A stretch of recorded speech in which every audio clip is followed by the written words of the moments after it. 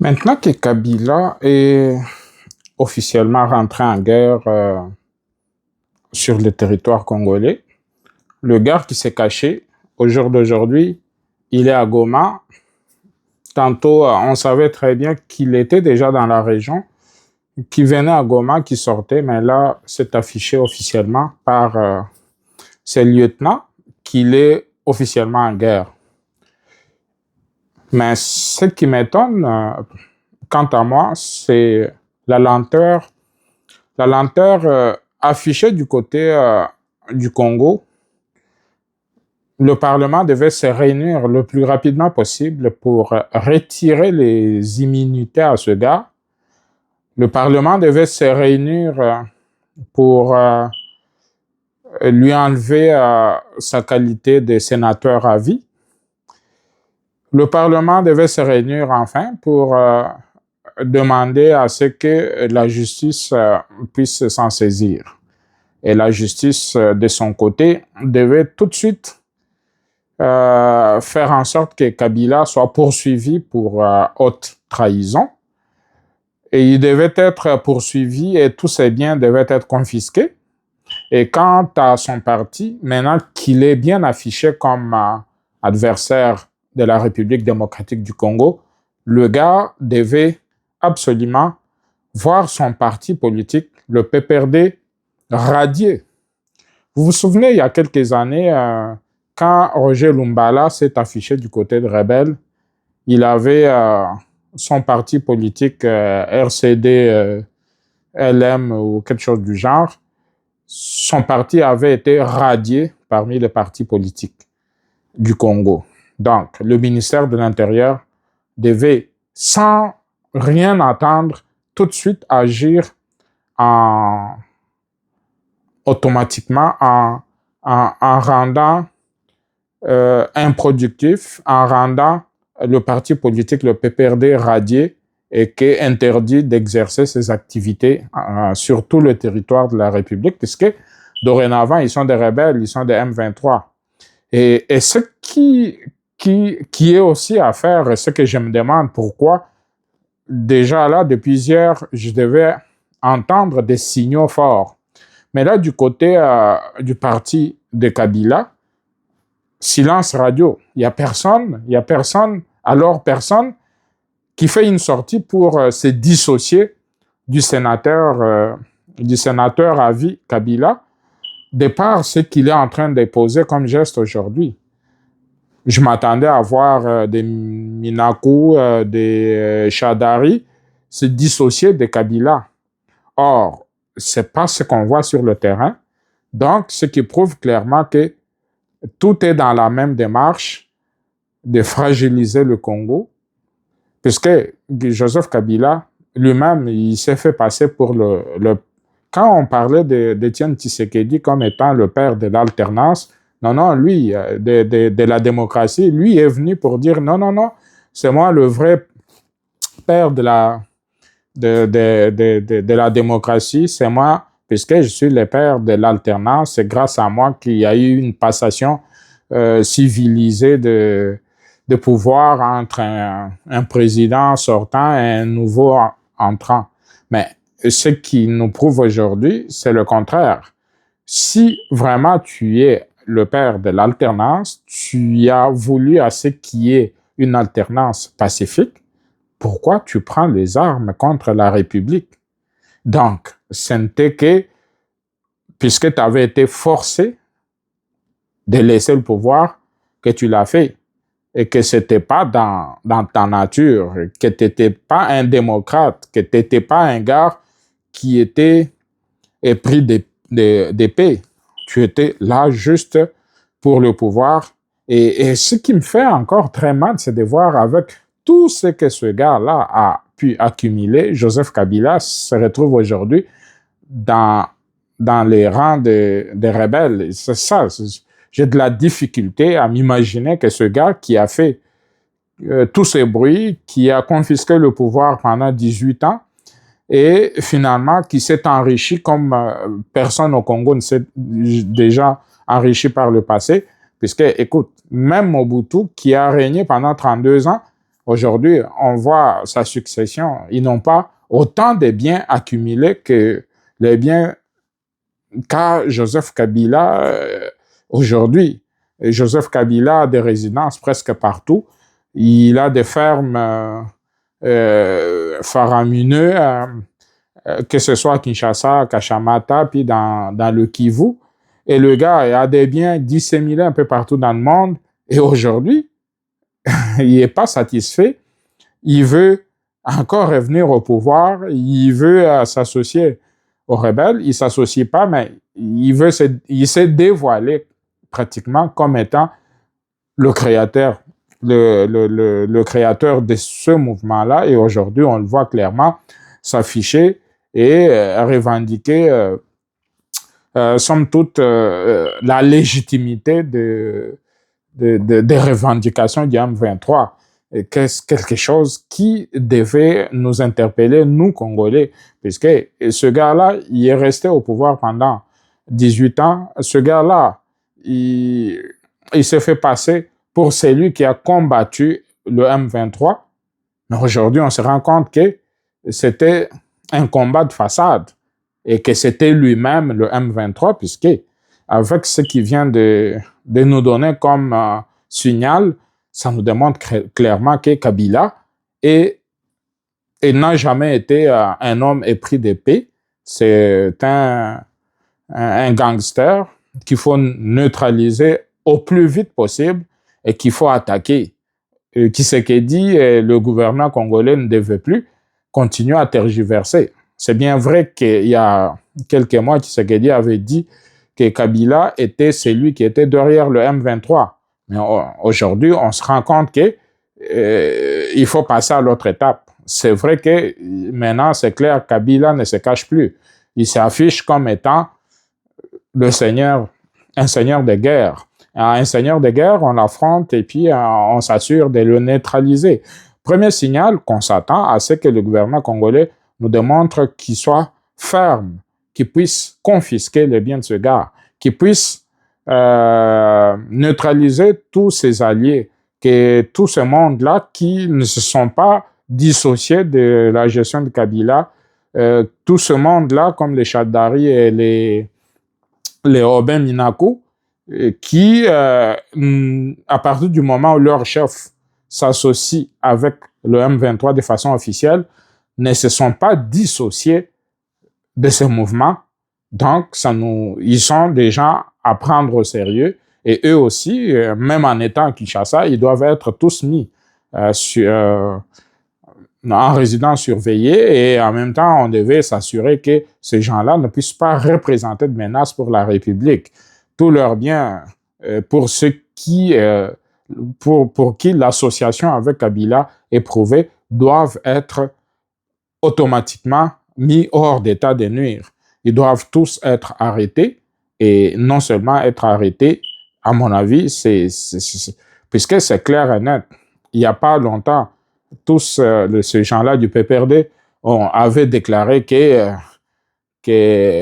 exerçaient dorénavant au jour, ce qui voulait dire que avant qu'ils puissent commencer à fonctionner comme eux-mêmes l'ont dit de façon officielle, c'est qu'ils ont fonctionné de façon officieuse. De façon officieuse, comment? Puisque pour un parti qui est légalement enregistré au ministère de l'Intérieur, qui a l'autorisation de fonctionner normalement, pourquoi, à un moment donné, ils sont devenus un parti clandestin sans que personne ne les ait retiré le droit d'exercer comme parti politique. Donc tout ça là nous démontre un peu plus clairement que Kabila n'est pas des nôtres et que ce parti est un parti, de toute façon c'est un parti issu de l'AFDEL, et AFDEL, qui dit AFDEL dit rébellion, et aujourd'hui ils reviennent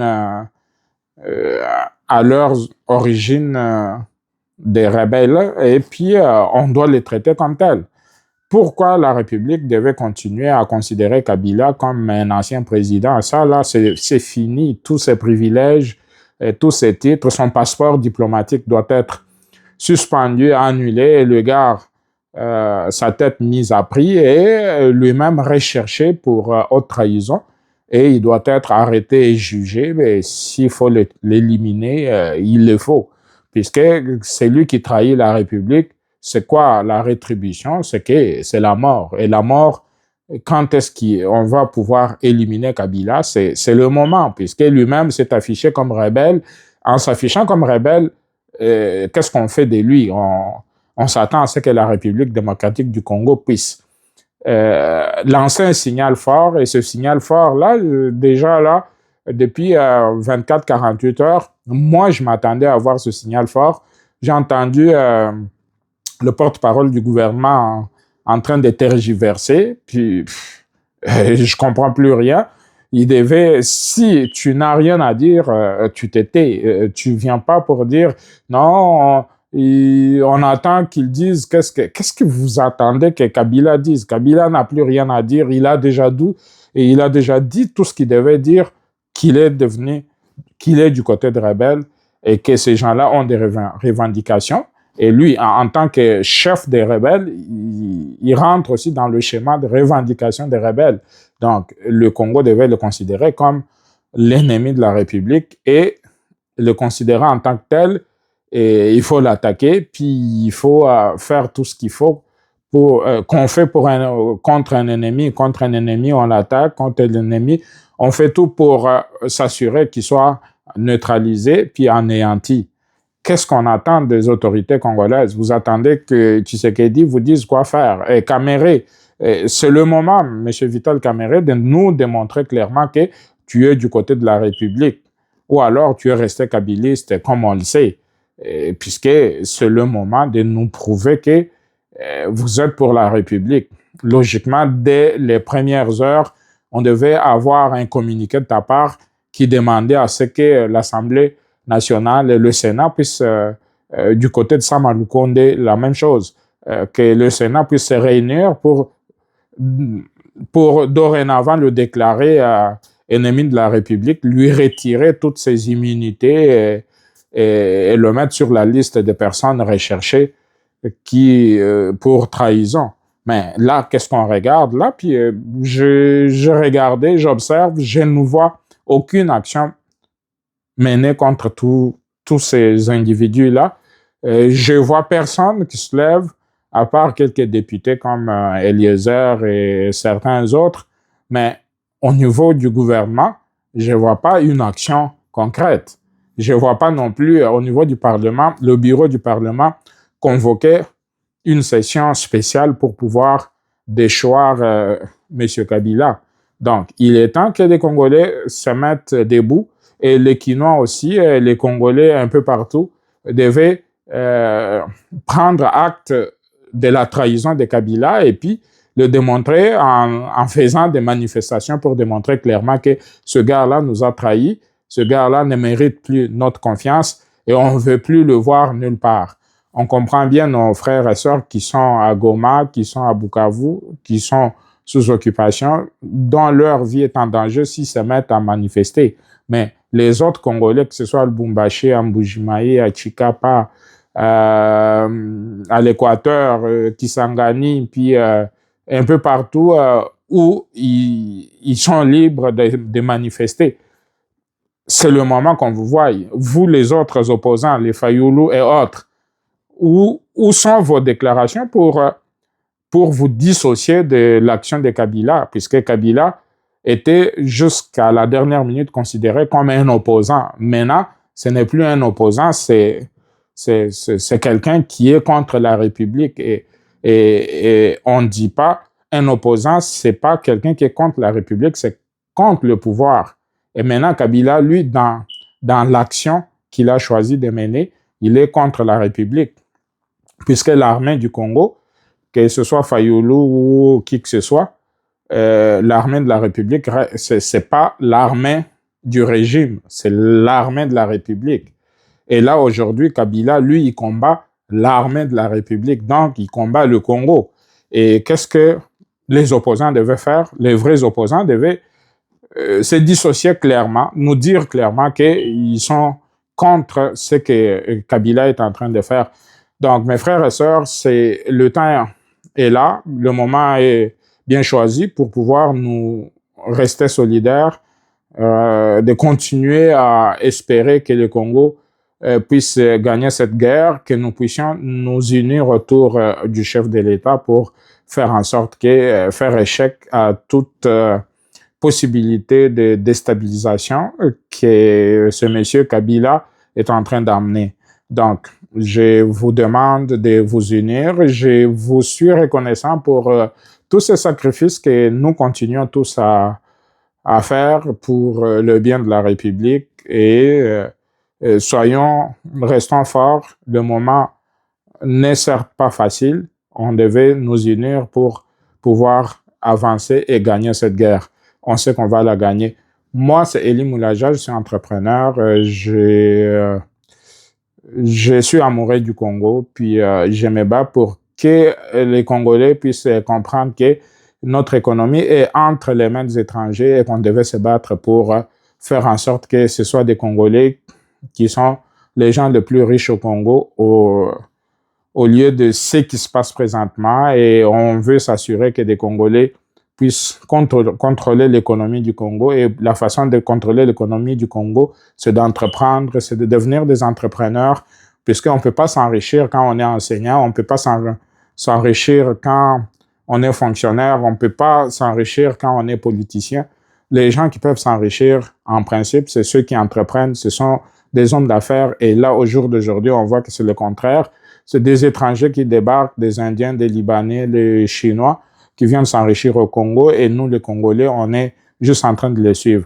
Mon cheval de bataille concerne cet état de choses que je pense qu'on doit changer, et on va changer comment? En nous lançant massivement dans l'entrepreneuriat pour ceux qui le peuvent, et faire en sorte qu'il y ait plus de Congolais plus riches pour pouvoir contrôler l'économie du Congo. Je vous demande aussi de continuer à vous abonner. Merci beaucoup pour ceux qui continuent à s'abonner.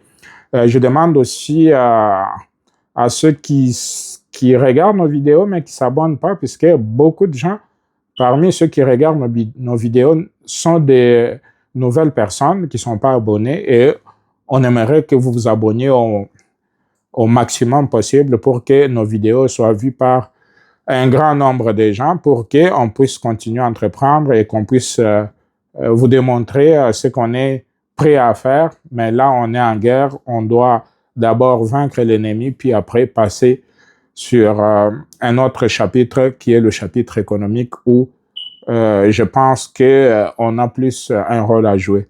Merci beaucoup, puis on vous souhaite un grand courage et à la prochaine. Bye.